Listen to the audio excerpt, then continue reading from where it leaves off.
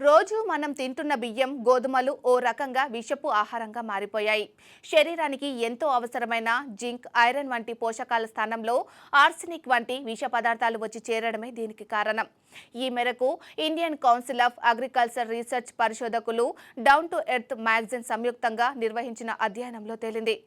గడిచిన 50 ఏళ్ల వ్యవధిలో భారత్లో పండిస్తున్న బియ్యంలో జింక్ పోషకాలు 30% మేర తగ్గుముఖం పట్టగా, ఐరన్ పోషకాలు 27% మేర క్షీణించినట్లు అధ్యయనం తెలిపింది. గోధుమల్లో జింక్ స్థాయిలు 30%, ఐరన్ స్థాయిలు 19% మేర తగ్గినట్లు వెల్లడించింది. ఇదే సమయంలో ఆర్సెనిక్ మోతాదు బియ్యంలో ఏకంగా 1493% పెరిగినట్లు పేర్కొంది. గోధుమల్లోనూ దాదాపుగా ఈ స్థాయిలోనే ఆర్సెనిక్ పెరుగుదల నమోదైనట్లు వివరించింది.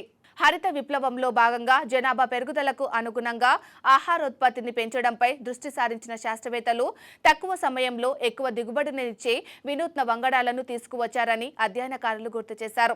తక్కువ సమయంలో పంట చేతికి రావాలన్న రీతిలో సాగును ప్రోత్సహించడంతో భూమిలోని పోషకాలు మొక్కకు అందడంలో ఆటంకాలు ఏర్పడ్డాయని అభిప్రాయపడ్డారు. ఫలితంగా శరీరానికి అవసరమైన జింక్, ఐరన్ వంటి పోషకాలు వరి, గోధుమ పంటల్లో క్రమంగా క్షీణించాయని తెలిపారు.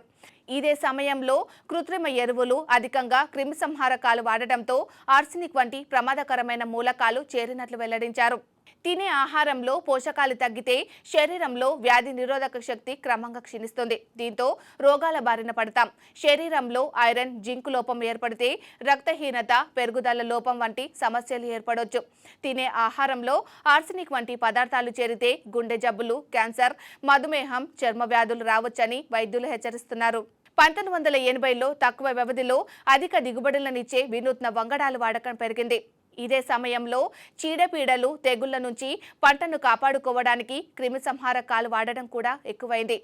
దీంతో నేలలోని పోషకాలను గ్రహించే సామర్థ్యాన్ని మొక్కలు క్రమంగా కోల్పోయాయి.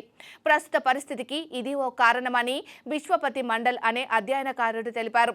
ప్రస్తుతం సాగు చేస్తున్న వంగడాలు భూమిలోని పోషకాలను గ్రహించడంలో వెనుకబడి ఉన్నట్లు పరిశోధనల్లో తేలింది.